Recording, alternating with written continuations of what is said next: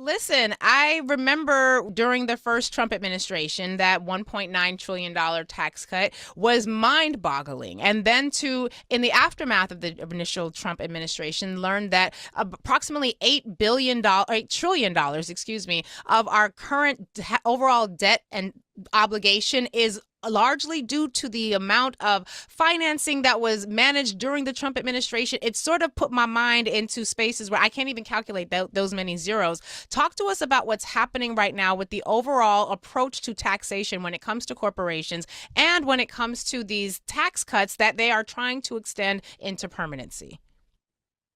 Well, as the clip you just played recounted, when Trump was first president back in 2017, and he had a Republican Congress as he does now, the single biggest legislative accomplishment, or really the only one of his administration, that first administration, was this big tax cut, this big tax law that they passed in 2017 and came into effect in 2018. Now, they made a lot of claims about that tax law, but none of them have proved to be true. They said it was going to be a middle class tax cut. In fact, the vast majority of the benefits went to the rich. They said that corporations with their tax cut would use that to raise wages and expand hiring and do more business investment. And in fact, they took those tax benefits and just gave them back to shareholders and CEOs through stock buybacks and higher salaries and dividends. So, and we didn't get any higher growth. That law, the centerpiece of that law was a two-fifths cut in the corporate tax rate. Now, remember, back in 2017, as has been true for a long time, American corporations are not suffering. They didn't really need a Right. tax break. They were making billions and billions of dollars in profits. But the Trump administration and the Republicans in Congress decided the most important thing was to give them even more money by cutting their taxes by two-fifths. So the corporate tax rate was cut from 35% to 21%. Now, mind you, very few companies are paying 35%. That's the statutory rate. Because of loopholes in the tax law, most corporations pay a lot less than that. And when you lower the statutory rate to 21%, then their effective rate, what they actually pay, goes down even more. Wow. So that was made permanent. Um, because they knew that they had to fit, there's complicated budget rules in Congress, and they could only spend so much money on tax cuts. And so they said, okay, we're going to make the corporate tax rate cut permanent. We're going to cut some other taxes to try to kind of fool people into thinking this is for them, but we're going to make those temporary. And that temporary status runs out at the end of this year. So that's what the big debate's going to be in Washington over the next few weeks or maybe even months, is what to do about those tax cuts that are expiring.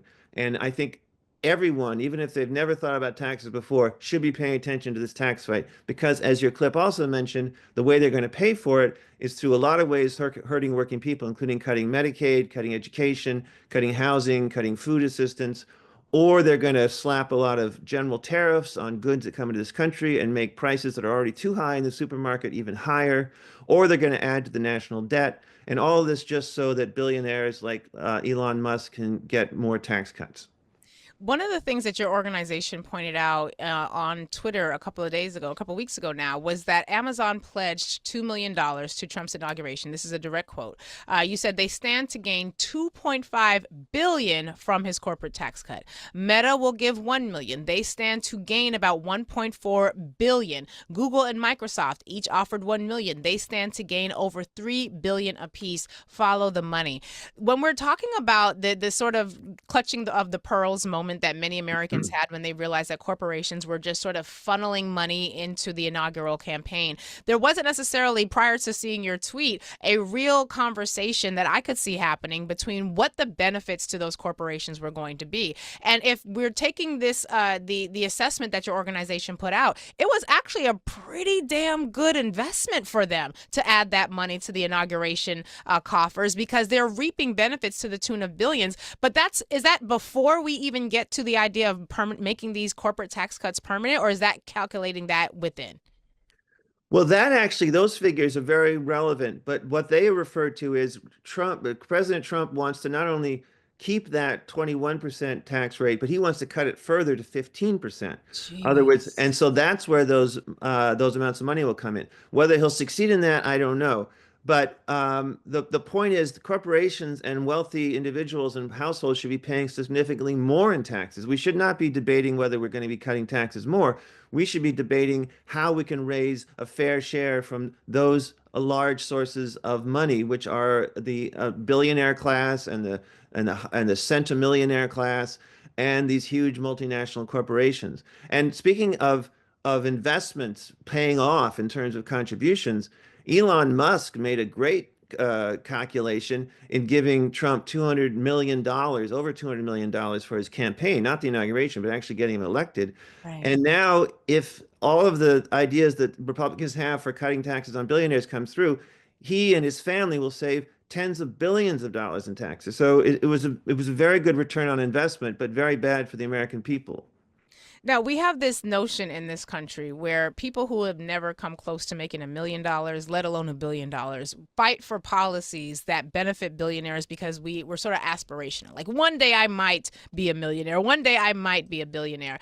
Can you give us the breakdown as it pertains to what if these corporations were paying their fair share of taxes? How might that shift the landscape for the average American, the non-billionaire, the non-millionaire? What dog do we have in the fight when it comes to getting corporations to pay their fair share? How would it benefit us if these corporations were not able to artificially decrease their tax burden, if they were not in a position where they had politicians who were essentially willing to slash their tax rates? What impact would that make on our day-to-day lives? It could make an enormous difference to almost everybody. Now, it's fine to be aspirational, but the chance of becoming a billionaire is like the chance of me playing center field for the Yankees or something. It's a very rare thing, and most of us uh, care about what's going to happen in real life to us and our families. So for instance, Medicaid was mentioned recently. Medicaid is a federal state program of health insurance for lower income people, but it pays for most nursing home care. So if you have a loved one, a mom, a dad, anyone in a nursing home, likely Medicaid is paying for that. If you went to college or have a kid who's about to go to college or who's going to go to college, I'm in that boat. okay. That's a big deal for me because my husband and I are like, my God, have you seen the bills? Yeah, yeah, that's Exactly. us. So, well, Yeah. Pell Grants, which are supposed to pay for a good chunk of higher education, have not been raised for decades, and so they used to pay like half the tuition cost. Now it's down to a very small percentage. So there's so many places where working class people, middle income people, working families need just a little bit of help, a little bit of assistance to get by and to also get ahead. So whether you're talking about infrastructure, so you don't run into potholes on the way to work, um, housing, the cost of a home is prohibitive for so many people. And Democrats in the past administration had a lot of plans for how to try to make those costs less onerous for working people. And all that's been tossed out the window. And now what we're witnessing basically is a huge transfer of wealth from the middle class, from working families to the top 1%, to billionaires. And that's going on right before our eyes. And people should wake up to it and say, no, I don't think that billionaires or ExxonMobil or any other big corporation deserves a tax cut or needs a tax cut. What I need is help with making my everyday household costs more bearable.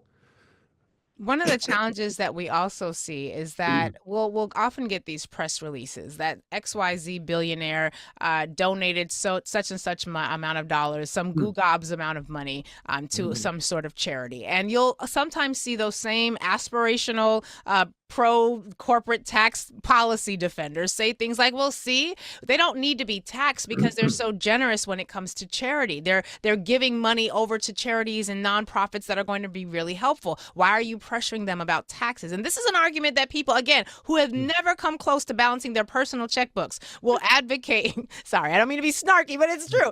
They will advocate on behalf of billionaires and say things that basically promote their charitable giving as a way of excusing their avoidance of tax policy. Can you give us a sense as to why that? I personally feel that is wholly inadequate, but why, from your organization's perspective, might it not be sufficient for an Elon Musk or one of these other billionaires to just make generous charitable donations when they should instead be paying a fair tax rate?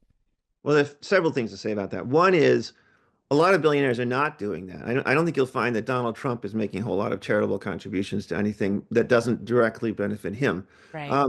Secondly, a lot of these contributions are like to the university that the person went to, so they can get a building named after them, and which is nice for that university, but it's not broad-based. It's not a broad-based response to the needs of society. Right. Um, the third thing is they're getting huge tax benefits from that. They get to deduct all that money that they're giving, and so they pay less in taxes. And the fourth thing is very basic. Do we want to live in a monarchy or an aristocracy where we just hope that the guy up in the castle is going to distribute some money to us? Mm. What if a billionaire who's been giving a lot of money to a cause that maybe you believe in wakes up one morning and says, I don't want to do that anymore? Yep. So we're giving over the attention to what are our collective needs to just individuals who can act on a whim rather than addressing those human needs through a democratic process of deciding how we want to use our resources. So no, I don't think, I mean, God bless them for making some contributions, but that does not in any way substitute for having a fair tax system to make sure they pay their fair share. Right. Thank you for breaking that down because I promise you I don't know why people are trying to advocate for billionaires. They've got lobbying teams, folks. We don't have to do that. We can have an equitable approach to this. Can I just say one other thing? If Please. you're lucky enough to become a billionaire, even with all the reforms we want to do, you'll still be living a very happy life. We're That's not right. talking about wiping them out. We're just saying share some of that because it wasn't all on you. There's a good chunk of luck and there's a good chunk of public services that have helped make your success possible. And That's so right. it's only fair that you share some of that. That's right. Now, I want to talk about the potential for cuts to the social service and to the social safety net that all of us rely on, cuts to the pending cuts or discussion about cuts to social care, to Medicaid, programs that we all need. I mean, by we, I mean the people who are the 99%. Talk to us about what is at risk if they are going to move forward with this idea of making these tax cuts permanent. What does that mean? What threats are we seeing coming down the pike when it comes to that social safety net? We've all got elders in our family. Some of us are sandwich generation, taking care of parents and sometimes grandparents, and as well as children, and not being able to know what machinations are going to happen when it comes to potentially manipulating our ability to rely on that safety net. That's something that really concerns me. This audience is full of people who are doing very well, but who frankly need those services. What are we talking about when it comes to the risks to things like Social Security and the like, if they are going to move this conversation about making those tax cuts permanent? Well, if they want to pay for, and the actual total number, according to our organization, is $5.5 trillion over 10 years. That includes the added interest we're going to have to pay to the extent that we borrow some of that. Um, so we're talking about at least $4 trillion in actual cuts. And as your clip earlier said, Medicaid is squarely in the center of the target for where to cut. And among the things they want to do is set caps for how much each state can get in Medicaid funding, and that may Wow. sound reasonable, but it doesn't allow for the actual needs in that state. So when you bump up against that cap, you've got to turn people away at the doctor's door, basically. So Wow. right now, Medicaid pays for as many things as are needed to be done, and they want to set an artificial barrier on that. And there's all sorts of complicated formulas and stuff that are used to decide how much money states get from Medicaid, and they want to fiddle with those too. The bottom line is always just less from the federal government, and that means less, as you say, for your mom in a nursing home, or for your kid who needs vaccinations, and that's just on the Medicaid side. And then, of course, if they go to after Social Security, then that's what um, tens of millions of older people rely on, and not just older people, but also people with disabilities. Um, if they go after housing, then that means that the price of rent and of mortgages will go up even more. Um, if they decide to cut education, then anyone who is hoping to rely on a Pell Grant or other kind of financial assistance would have to pay more. So it's all about working class, working families, middle class families reaching deeper into their pockets to pay for things just so that we can give Elon Musk and the largest corporations in the world a huge tax cut. And I don't think most people, if they think Mm. about it that way, think that makes any sense. Right. Well, I am most people, and I do not think that it makes any sense whatsoever. What does the fight against this look like? What does resistance against something like this look like from an organizational perspective for an organization like yours and from everyday citizens and residents on the ground who want to push back? Well, it's growing, and I think that taxes is a hard thing to talk about because no one really likes paying taxes, and the IRS can seem scary, and it involves math, which a lot of people don't like. So people don't talk about taxes a lot, but they really have to because whatever you care about, if you care about having adequate health care, if you care about having adequate housing, if you care about having adequate education, all that comes back to how do we pay for it, and the most equitable way to pay for it is by having the rich and corporations finally step up and pay their fair share. So there have been a lot of coalitions that have started recently, in addition to ours, to fight this particular battle. But you can plug into them through us. It's AmericansForTaxFairness.org, and we can show you where there are on the ground organizations in your state that are fighting about this. And it's enormously essential that people make that connection. It's not just about what is the government spending money on, but where are they getting the money from? Because Mm, if they cut off the tap of where the money's coming from, then they can't invest in anything. And your kid's school will lose all of its extracurriculars, and you're not going to get that new road that you need built. mm. And this stuff really matters to working families.